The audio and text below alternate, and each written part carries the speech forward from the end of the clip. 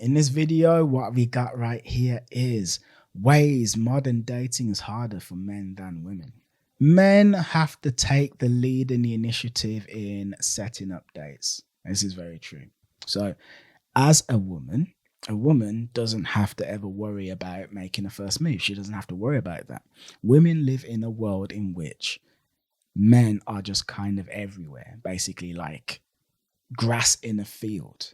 And as a woman, women just naturally assume that men will come up to them. Women will often say things like, "I'll just let it happen, let things happen, let sex happen, let dating happen, let a relationship happen." And they say things like that because that's what works for them. They get to sit back and just relax, and at some point it will just happen.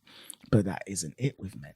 Men have to go out and make the first move. But we live in a post Me Too climate in which the idea of a man making a move on a woman and showing his intentions, going in for that touch, going in for that kiss, etc. There are significant percentages of people who believe that that makes that man creepy. So as a man, in order to get with a woman, to get the relationship, to get the sex, to get whatever, you have to risk doing something which could potentially land you in hot water. So for instance, you're on a date. Actually, no, we're talking about actually setting up dates and not like things you do on a date. But we live in this Me Too climate. And loads of men are terrified of saying, "I'm attracted to you. Do you want to date me?" Loads of men are scared to do that. Loads of men are scared to do that because they're just scared, not even necessarily because of Me Too. They're just scared and terrified. They're nervous. Is this girl going to like me? Is she not? Is she going to hate me? Is she not? Will I be laughed at? And that's an issue women don't have. Women don't have that issue because it always comes to them. Here's something I've said a gazillion times, and it's true. Women treat men the way men see porn. What do you mean by that? This is what I mean. See, like you got gazillions of men right now who are on Pornhub looking for the perfect material to stroke to. And you know what these guys are doing? Because there's so much material out there, they're looking for the right clip, like the absolute right and perfect clip, because you cannot spread your seed to just anything. It needs to be the perfect clip, and they will hang out and wait until they find that perfect clip. But you see, like if you're like me and you're old enough to remember the days before like high-speed internet, you would just beat your meat to whatever was around because there wasn't that much choice. But because there's so much choice, you get very, very, very picky. That's what women are like. Very, very, very picky because they have so many male options to pick from. That is one way where men have it harder because the average man does not have options.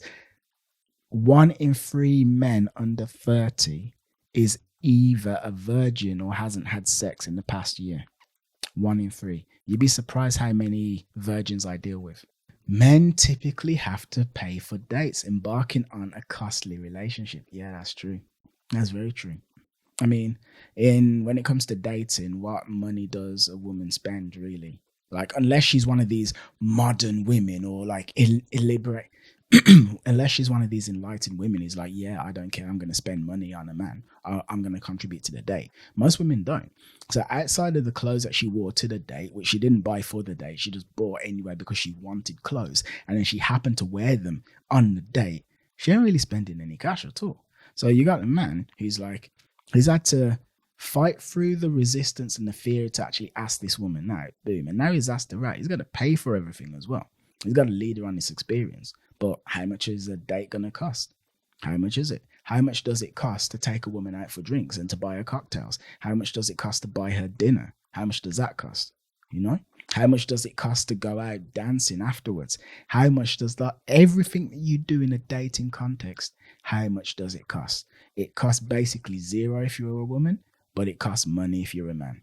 And as a man, you're expected to effectively make enough money to cover yourself and another fully grown adult. Men are expected to have the upper hand in relationships and make all the big decisions. That is very true. Very, very, very true. If you speak to most women and you say, describe your ideal man, she will say something like, oh, a man who's really confident, a man who's really secure, a man who makes good money, a man who's tall, a man who's strong, a man who knows what he wants from life and knows what he's getting after. They will usually describe a man that they believe to be superior to them. That's what most women will speak about when they speak about the kind of men that they want. And then men who are on their level, they might be attracted to some degree. Men who they consider to be beneath them, no. So then as a man, you are expected to be like a leader. Like a leader. You're expected to be strong. You're expected to be capable. You're expected to have everything figured out. You know, where are we going on the date? You see, as a man, if you say to a woman, where do you want to go on a date? She's going to lose interest. She wants you to know. She wants you to know, and she wants you to just take her. So you're supposed to just know, and you're supposed to just take her on a date. But the thing that you just know to take her to do, it also needs to be something that she's actually going to like to do as well. You're just expected to have it all figured out. When are you going to kiss her? You better know. When does she want to be kissed? You better know.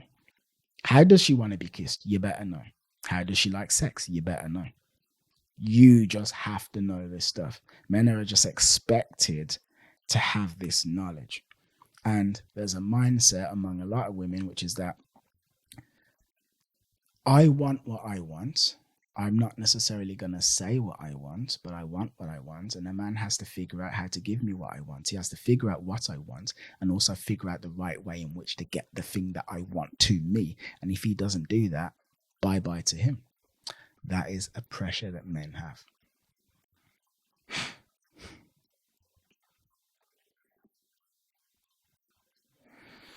Men usually carry the pressure to woo and impress her on a date.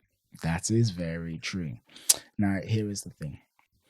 If you look at the majority of female dating profiles, right, on a Hinge, a Tinder, a Happen, a Bumble, whatever, you will notice one or two things. Now, I'm saying this is the majority. They will either write nothing on their profile, like there's nothing, there's no words written whatsoever, or they will write about what they want from a man. So they'll say like, don't talk to me if you're not this tall. Don't talk to me if you're not like this. Don't talk to me if you're not like that. And what these women are doing is they're not even considering the fact that they might need to impress a man at all. So a woman might say on her profile, I've got 2 children and they're my world. And if you don't like that, you go away. And it's lovely that she's got 2 children. And it's lovely that these children are her world and that she wants a man to accept her children. Great. But what about her is attractive to the man other than the way her body looks? Other than the way sunlight like hits her skin and the way that reflects into his retinas? What about her does he actually want to get to know? Massive percentages of women don't even consider that at all. So then you're messaging a woman, a man's messaging a woman, messaging back and forth. Now, let's be really fair and honest, right? If you're a woman actually watching this, and let's say you disagree with what I'm saying, I want you to go into your online dating chats. I want you to go into your WhatsApp, your Instagram, whatever, and find chats that you've had with men and ask yourself how many times you have attempted to do stuff that they like and how many times actually they're attempting to do stuff that you like, where you're passively engaging with what they're doing. So a man makes a joke and you go, ha, ha, ha, that was really funny, yeah. And that's it. And now it's on him to do something to keep the conversation going and to make it funny, witty, interesting, etc. Men shoulder this burden. If you have a date, okay, and the date is going well, and there's laughter and everything's flowing, why is it going well? It's usually going well because the man is doing stuff that is impressing the woman. Woman might be doing some things that's impressing the man, but she's not doing as much as he's doing. He's doing most of the work. And as men, we feel a pressure to woo and to impress, to be cool, to be sexy, to be debonair, to be charming, to be all of these fantastic things that's going to get a woman going, while at the same time still making her feel comfortable as well. Men face rejection more often than women and find it difficult to cope with. That is true. As a woman, sexual rejection is something you guys don't face nearly as often as men. You don't. For instance, I personally have turned women down for sex in the past. And you know what happens when I've done that? They've always gotten really bothered by it. I had a woman on a date who I said I wasn't going to have sex with, and she didn't see me again. And to her credit, she admitted that it was her own issues and her own insecurities that were coming up. But the fact still remained. She couldn't accept the fact that I wasn't going to have sex with her, and she never wanted to see me again because of it. I had another woman who wanted to have sex with me, and I said, "Okay, this isn't going to happen." And she said, you're not brave enough." She goes, "I could have sex anywhere. I could go to any man and have sex with any man. You're not brave enough for me. You're not brave enough." She was offended. I then said to this woman, "Look, right? So, do you reject men?" And she said, "Yes." And I said, "When a man wants to have sex, when a man wants to have sex with you and you reject him, do you accept him getting annoyed?" "No." "Why is that?" "Because it's my body and I have the right to choose what happens with my body, etc." Same thing goes with men. I explained that to her. She saw what I was getting at, but she didn't like it. But the truth is that, why didn't she like it? Because it's rare. It doesn't really happen. It doesn't. If you're a woman and you say to a man, "Hey, do you want to have sex with me?" He's going to say yes. If you're a woman and you say to a man, "Hey, would you like to go on a date with me?" He's most likely going to say yes. Most men will say yes. Most men that women meet, for the most part, are trying to get with them in one way or another. That's like the kind of unspoken assumption that people just kind of have. Men deal with rejection all the time. You're on an app and you're swiping, you're not getting any matches whatsoever, and you're swiping, and you maybe have to swipe like about 300 times to get one match. Boom, that. Or when you start messaging your matches and they stop replying, they just ghost you randomly, and you're like, "What did I do? What did I say?" Rejection. Boom. Or you set up a date and then she flakes at the last minute and she doesn't tell you why, and you have no idea why did she flake. Boom, rejection. You try to kiss her, she doesn't want to do it. Boom, rejection. You're trying to be a good guy, so you actually don't kiss her because you don't want to be a sleazy Me Too kind of rapist kind of guy. And then she friend zones you. Boom, rejection. Friend zone in general. Boom, rejection. Women start significantly, statistically, a greater percentage of divorces are started by women. Boom, rejection. Men need to face rejection more than women. Men have to deal with unrealistic standards and expectations. Yep. This is another one, and this is very true. So as a society, we're very aware of the fact that women are like told to be really beautiful and stuff like this, right? We're aware of that. Great. But you see, as a man now, it's only the top 10 to 20% of men that are consistently dating women. And in order to be in that top 20%, which women want, in fact, the average woman believes herself to be worthy of a top 10 or 20% man. You will get a woman who objectively, if people had to rank her out of 10, would call her a 5 or a 6. You would get that. And maybe she's got 2 children and she doesn't have anything going for her. And she will say things like, for a man to get with me, he's got to have 6 figures. This man needs to make 6 figures a year, and he's got to be this tall, and he needs a body like this, and he's got to be funny, he's got to be charismatic, he has to be socially connected. All of these things that you need if you're a man. Women need looks to attract a man. They need personality to keep a man, yeah? To attract a man, you just need looks. What does a man need? He needs looks to a degree. He needs personality. He needs a nice body. He needs money in the bank. He needs status. He needs resources.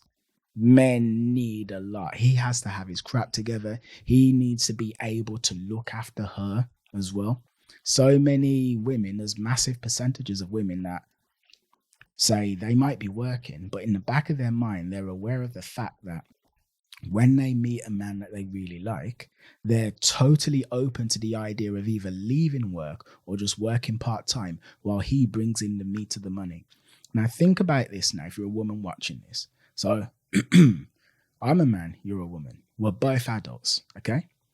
I am expected societally that if we are together and we're in a relationship, I need to earn enough not just to keep me going, but also you and our potential children as well.